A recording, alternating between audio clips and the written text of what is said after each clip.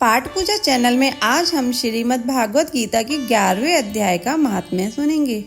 श्री नारायण जी बोले, हे लक्ष्मी, अब 11वें अध्याय का महात्म्य सुन। तुंगभद्र नाम का नगर था जिसके राजा का नाम सुखानंद था। वह श्री लक्ष्मी नारायण की सेवा बहुत करता था। वहाँ एक ब्राह्मण बड़ा विद्वान पंडित रहता था। वह ब्राह्मण नित्य गीता जी के 11वें अध्याय का पाठ करता था और राजा भी वहाँ नित्य लक्ष्मी नारायण की सेवा करता था और पाठ भी नित्य श्रवण करता था। ऐसा करते करते बहुत काल व्यतीत हुआ। एक दिन राजा घर को गया।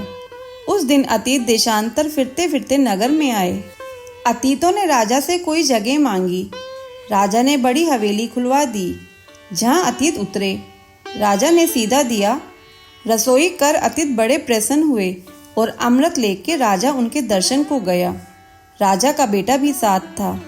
कई भृत्य साथ थे। राजा उस हवेली में आया और जो महंत था उसके साथ बातचीत करने लगा और राजा का पुत्र खेलने लगा।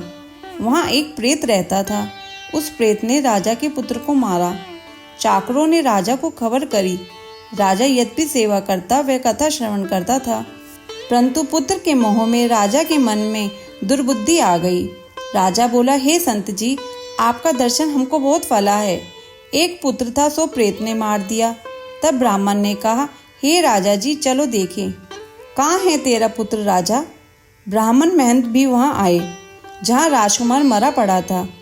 तब ब्राह्मण ने कहा, अरे प्रेत, तू इस लड़के पर कृपया दृष्टि कर, जो ये लड़का जी उठे और मैं तुझे गीता जी के 11वें अध्याय का पाठ सुनाता हूँ।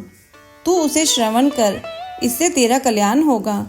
विप्र ने गीता के 11वें अध्याय का पाठ किया और प्रेत पर जल छिड़का। तत्काल प्रेत की योनि से छुटकर देवदेही पाई और राजा का पुत्र उठकर सावधान हुआ। प्रेत श्याम सुंदर चतुर्भुज रूप होके खड़ा हो गया। स्वर्ग से विमान आए, उनमें चला गया। महात्म्य संपूर्ण। अगर आपको यह महात्म्य सुनना अच्छा लगा हो तो इसे लाइक करके शेयर करें। चैनल पे नए हैं तो सब्सक्राइब करें।